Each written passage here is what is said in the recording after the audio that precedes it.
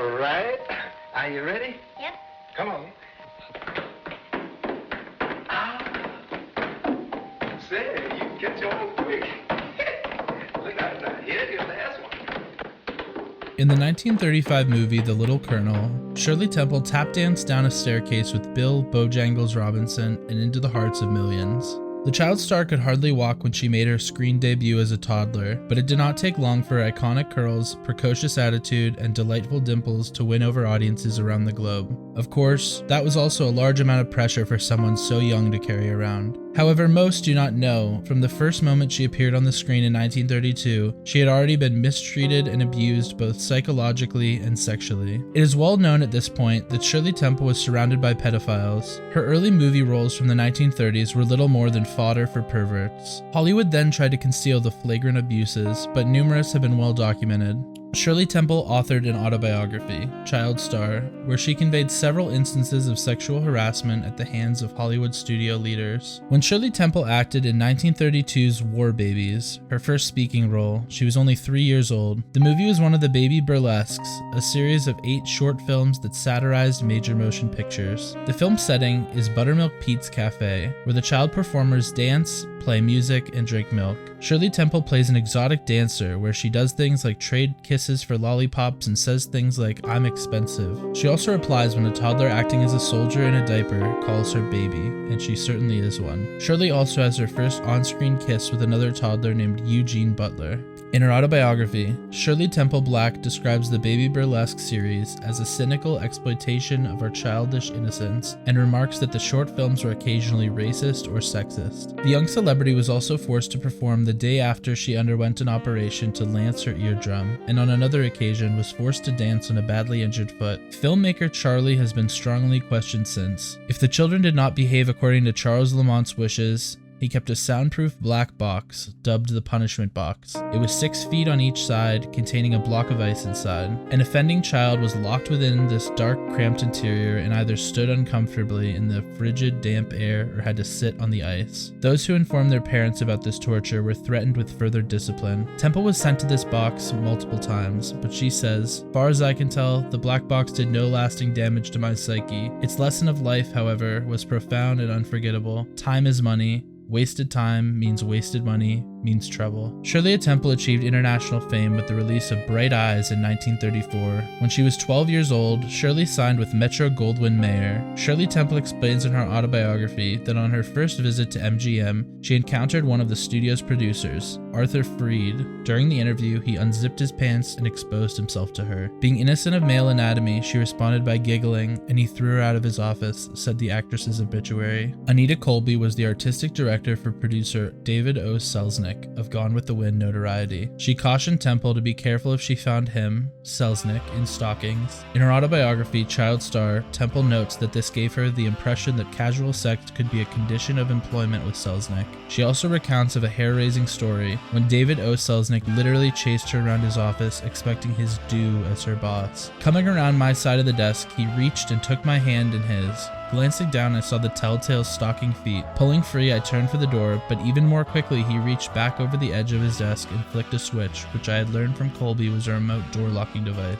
I was trapped. Like the cartoon of Wolf and Piglet, once again we circled in reverse directions around his furniture. Blessed with the agility of a young dancer and confronted by an amorous but overweight producer, I had little difficulty avoiding passionate clumsiness. Temple began her prolific acting career when she was a child, but the star's age did not prevent men from making sexual advances towards her. The little girl was regularly groped, threatened, and terrorized by men. After she refused a Hollywood producer for his advances, he responded, "Look, I'm gonna be a big executive. We're gonna have to get along." What I had in mind was just a workplace formality. She replied to this with, "It may be in your contract, but not mine." The man said, "Sex is like a glass of water. You get thirsty, you drink. You want sex, you have it." The singing, dancing, acting Temple retired from the spotlight at the young age of 22, and when she did, she was surprised to learn that she only had $44,000 left in her bank account. At her peak, Temple earned $10,000 a week. One can envision her surprise when, as an adult, she discovered that despite having earned $3.2 million, she had only $44,000 in her bank accounts. Her dad had mishandled her finances so poorly that she was left with basically nothing.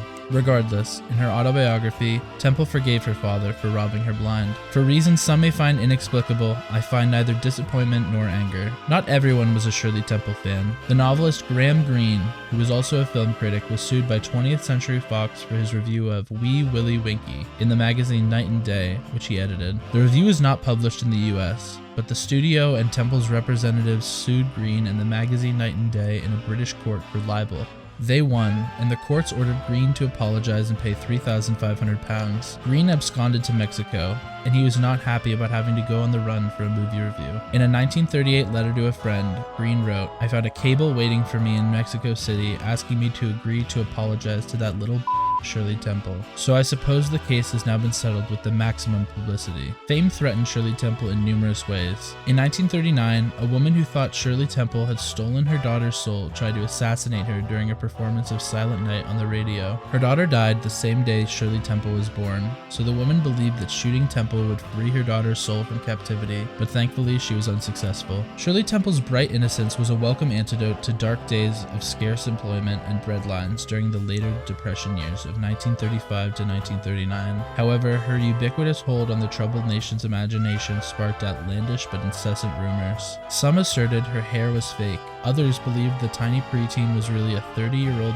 little person that had a 10-year-old daughter. The rumor was so prevailing, especially in Europe, that the Vatican sent Father Silvio Massante to investigate whether she was actually a child. Another rumor claimed her teeth had been filed to make them appear like baby teeth. Unsurprisingly, Temple regularly lost teeth, but as she points out in Child Star, she wore dental plates and caps to conceal the gaps in her teeth whenever she was on camera. In 1943, 15-year-old Temple met John Ager, an Army Air Corps sergeant who became an actor. Shirley Temple married him at age 17 on September 19, 1945, before 500 guests in an Episcopal wedding at Wilshire Methodist Church in Los Angeles when he was 24 years old. According to Temple's autobiography, things went from bad to worse after exchanging vows. The handsome actor was a violent alcoholic who regularly abused his teenage wife, repeatedly cheating on her, and was continually arrested for drunk driving. According to the Daily Mail, John Ager was determined to badmouth her as the FBI launched a detailed background check when she was nominated for office by Richard Nixon years later.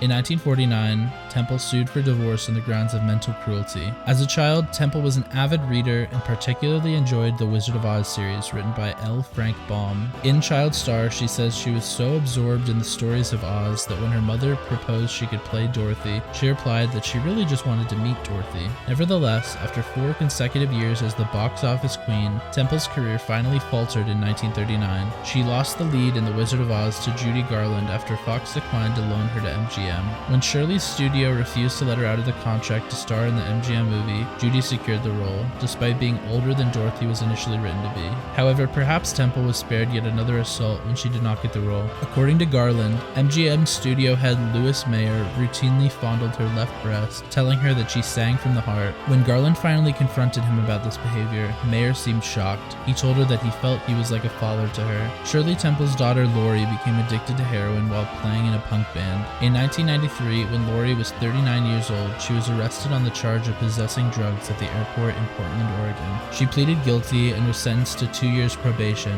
120 hours of community service, and to pay a fine of $385. She was also required to attend drug therapy sessions and submit to random drug screenings. When her daughter needed her most, Temple was there to help her. It was thanks to her that Lori got a second chance at life. She was placed in a rehab center where experts treated her. Temple even had the whole family go through therapy together so Lori would not have to do it alone. Although Lori claims to have had a difficult relationship with her mother growing up, she credits Temple for helping her kick the habit. Shirley Temple was a child star who charmed President Roosevelt and his wife, shared chewing gum with Amelia Earhart, and sat on J. Edgar Hoover's lap. To accomplish this, she constantly had to fight off lascivious Hollywood magnates who would force themselves on her. However, at 22, her screen appeal had diminished almost completely, and her divorce from Ager no doubt contributed to her new adult image. For whatever reason, she retired from the film business in 1950.